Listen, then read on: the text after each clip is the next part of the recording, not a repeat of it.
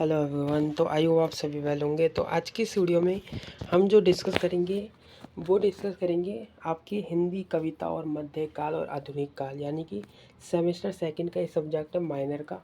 तो इसी के आज हम मोस्ट इम्पॉर्टेंट क्वेश्चन करने वाले हैं। उससे पहले मैं आपको इसके सिलेबस से एक बार दिखा देता हूँ कि आपको पढ़ना क्या है। बेसिकली इसमें जो आपकी इकाई 1 रहेगी, इसमें आपको पढ़ना है कि कबीर, ग्रंथावली, माता प्रसाद गुप्त, लोक भारती, प्रकाशन, साज की अंग, भेष को अंग और समस्थाई को अंग। सूरदास को पढ़ना है आपको, इसमें आप ये टॉपिक को पढ़ेंगे। जो आपका अगला रहेगा गोस्वामी तुलसीदास रहेगा, ठीक है। फिर आपका दोहावली रहेगा। फिर आपका इकाई 2 रहेगी बिहारी, जिसमें आप ये सब पढ़ेंगे। फिर आपका जो रहेगा वो रहेगा इकाई 3 मैथिलीकरण गुप्त की, राइसो के सपूत और जयशंकर प्रसाद जी की जो बीती बिवारी जागरी, और हिमालय के आंगन एक कविता आपकी। इकाई 4 में हरिवंश राय बच्चन जी की जो बीत कही कविता रहेगी। नागार्जुन की उनको प्रणाम वाली कविता आपको पढ़नी है। और भवानी प्रसाद मिश्र जी की गीत फरोश, ठीक है।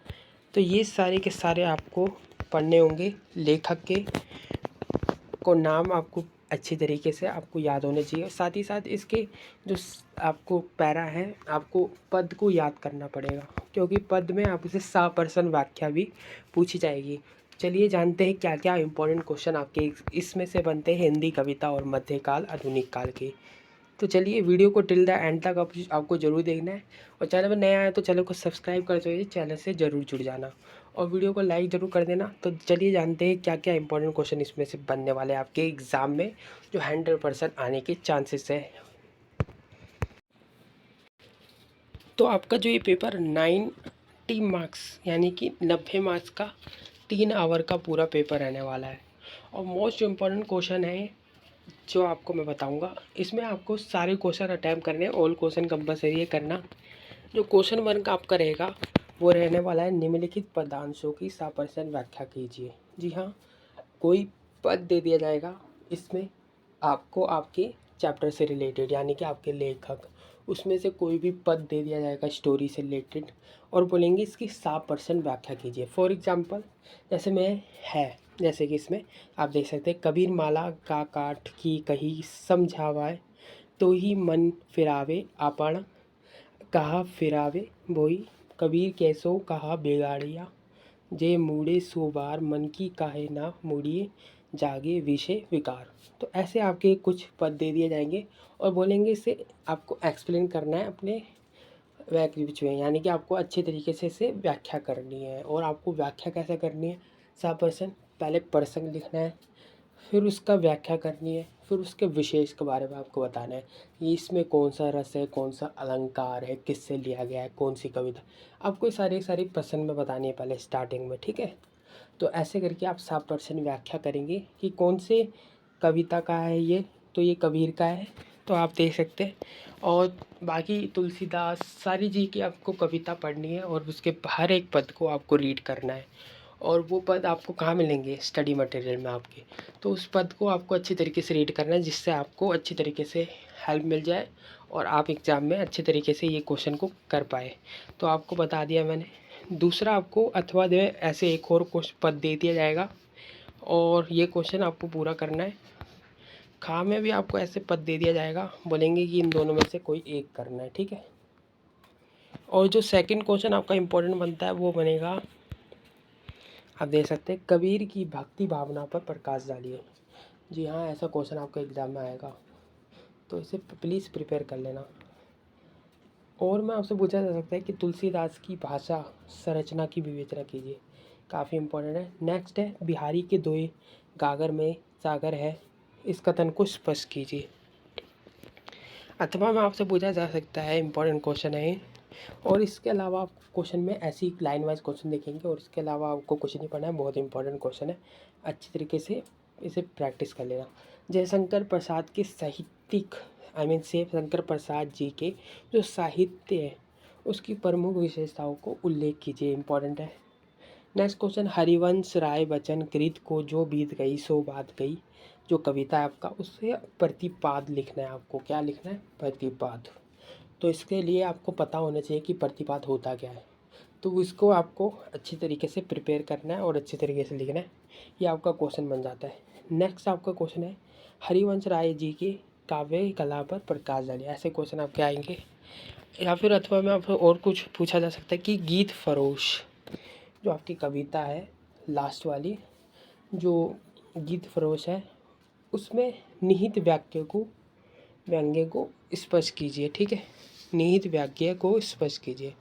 और शॉर्ट नोट में आपसे क्या पूछा सकता है, देखिए एक और क्वेश्चन है इधर, गीत फरोश कविता पर मूल जो आप क्या है मूल भाग लिखिए, मूल भाव लिखिए। ठीक है, नेक्स्ट आपका शॉर्ट नोट है, ये जो आपको क्वेश्चन बता रहा हूँ ना अच्छे तरीके से प्रिपेयर कर लेना, बहुत इंपॉर्टेंट क्वेश्चन है आपके। सूरदास का बोल मनोविज्ञान। सेकंड है, उनको परिणाम कविता की मूल संवेदना पर सार। थर्ड है, मैथिलीकरण शरण गुप्त का साहित्यिक परिचय की कविता। नेक्स्ट है आपका बीती विवाह पारी जागरी कविता का सार। ये शॉर्ट नोट काफ़ी इंपॉर्टेंट, सब भी प्रिपेयर कर लेना, तो रिस्क नहीं ले सकते, कोई सा भी आ सकता है आपके एग्जाम पे। कबीर की भाषा, सूरदास की भक्ति भावना। नेक्स्ट जो आपका इंपॉर्टेंट शॉर्ट नोट से, सूरदास का वात्सल्य नागार्जुन मैथिलीकरण गुप्त। ठीक है, अगला क्वेश्चन इंपॉर्टेंट, कबीर के समाज सुधारक रूप की समीक्षा कीजिए। इंपॉर्टेंट है, अथवा में आपसे पूछा जा सकता है तुलसी भक्ति भावना पर प्रकाश डालिए। नेक्स्ट है, बिहारी के दोहों की विशेषता लिखिए। अथवा प्रसाद की कविता में प्रकृति का सुंदर मनोवतरण किया गया है, बीती विवारी जागरी कविता के आधार पर स्पष्ट कीजिए। अगला क्वेश्चन है आपका, कबीर की सामाजिक जो चेतना है, कबीर जी की सामाजिक चेतना पर क्या करना है आपको, प्रकाश डालिए। अथवा है, तुलसीदास की आया जनमानस की भाषा, इस कथन को समीक्षा कीजिए। इंपॉर्टेंट है, मैथिलीकरण शरण गुप्त जी की जो राइसों के रब सपूत कविता है मूल भाव लिखिए। तो ये भी काफ़ी इंपॉर्टेंट क्वेश्चन है आपका। अथवा में आपसे पूछा जा सकता है, हिमालय के आंगन में कविता का प्रतिपाद्य लिखिए। प्रतिपाद्य यानी कि प्रतिपाद आता ही है एग्जाम में, प्रिपेयर जरूर करना, 100% व्याख्या आएगी। तो मैंने जो जो आपको इम्पोर्टेंट बताया वो सब आने के चांसेस पूरे हैं। नेक्स्ट क्वेश्चन है, हरिवंश राय बच्चन जो बीत गई सो बात गई कविता का संदेश सा विस्तार लिखिए। ठीक है, ये इम्पोर्टेंट है, अच्छी तरीके से प्रिपेयर कर लेना। नेक्स्ट है, कबीर की सामाजिक चेतना पर विवेचना कीजिए, ये इम्पोर्टेंट है। और सूरदास की भक्ति भावना पर चर्चा कीजिए। नेक्स्ट है, अथवा में तुलसीदास की भाषा शैली की विशेषताएं लिखिए। अगला जो आपका क्वेश्चन बनेगा, राइसों के सबूत कविता के निहित वाक्य की विवेचना कीजिए, आपको ये करना आना चाहिए। अथवा में आपसे पूछा जा सकता है, बीती विवाहवारी जागरी कविता का काव्य क्या करना है आपको, काव्य सौंदर्य लिखना है। नेक्स्ट आपका जो इम्पोर्टेंट क्वेश्चन है, जो बीत गई सो बात गई कविता की मूल संवेदना पर विवेचना कीजिए, ये काफ़ी इंपॉर्टेंट क्वेश्चन है, प्रिपेयर कर लेना।